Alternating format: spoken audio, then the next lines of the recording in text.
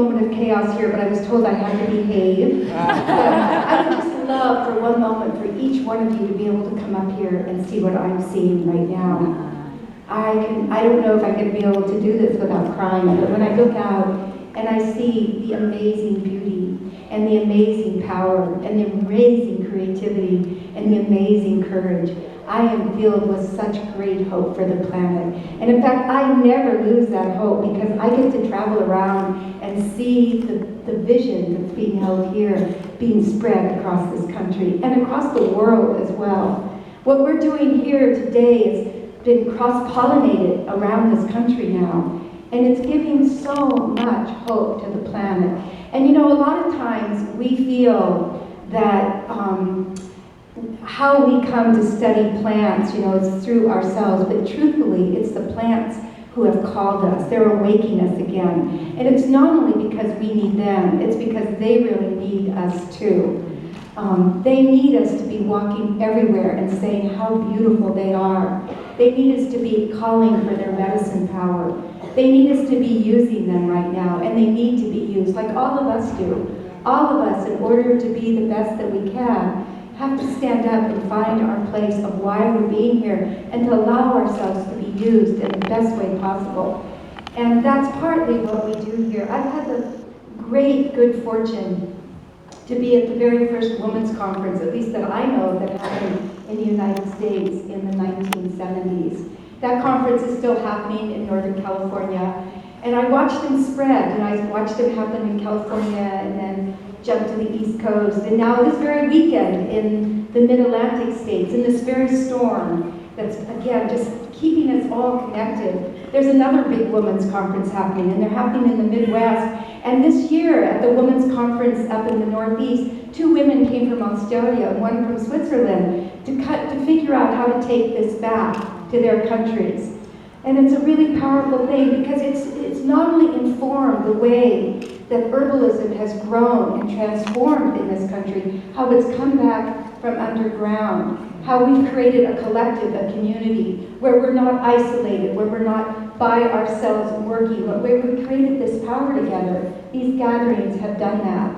We've also kept a humbleness within the herbal community that possibly would not have been there if we had not created these gatherings. And how that happened was, when you're working in an isolated area, you think that everything that you're doing is unique. You think what you're saying is really special, and it is. But you find that you're just a voice, and you find that the person in the next community is actually saying the very same thing because they're getting it from the very same spirit. They're getting it from the ancestors and the plants. And you realize that you're just one, a huge circle of people, and that's a huge relief when you let go of your ego. It's a huge relief to know that you're not standing alone, that you're part of this amazing, ancient tradition and circle.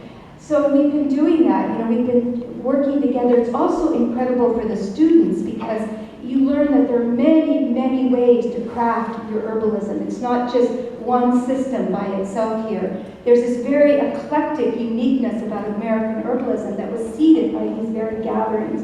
And it's a beautiful thing that we are growing and cultivating. It's also not only transformed the herbal community, but truly, and I say this with every bit of belief in myself, that we have created a revolution in the healthcare of the United States. And it doesn't mean that there's a lot more.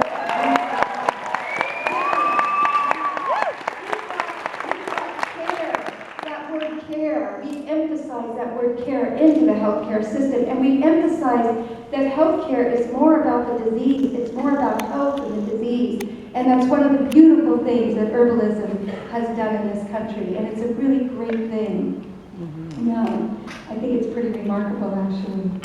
And so, it's an honor to be able to see and travel and participate. There's an enormous cross-pollination that's going on in this country with ideas, how to relate to the plants, the sacredness of the different traditions that we bring.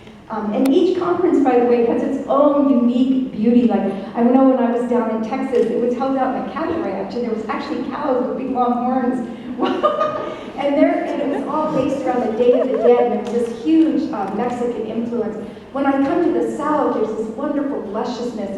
There's the most color, the most diversity, the most beautiful richness here that I just love, and also the size. When I'm in the California ones, it's a lot of body and skin and lots of hair, lots of nakedness. These the same circles down, but the bodies are naked, and you see the boobs flying and all the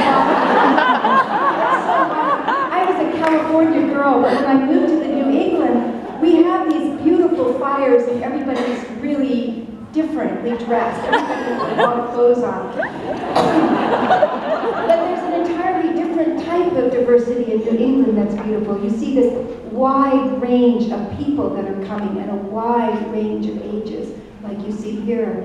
So it's just beautiful to be here. I'm so honored and delighted, and I love being in the energy, and I don't mind being asked questions, and I don't mind being talked to at all. It moves me deeply.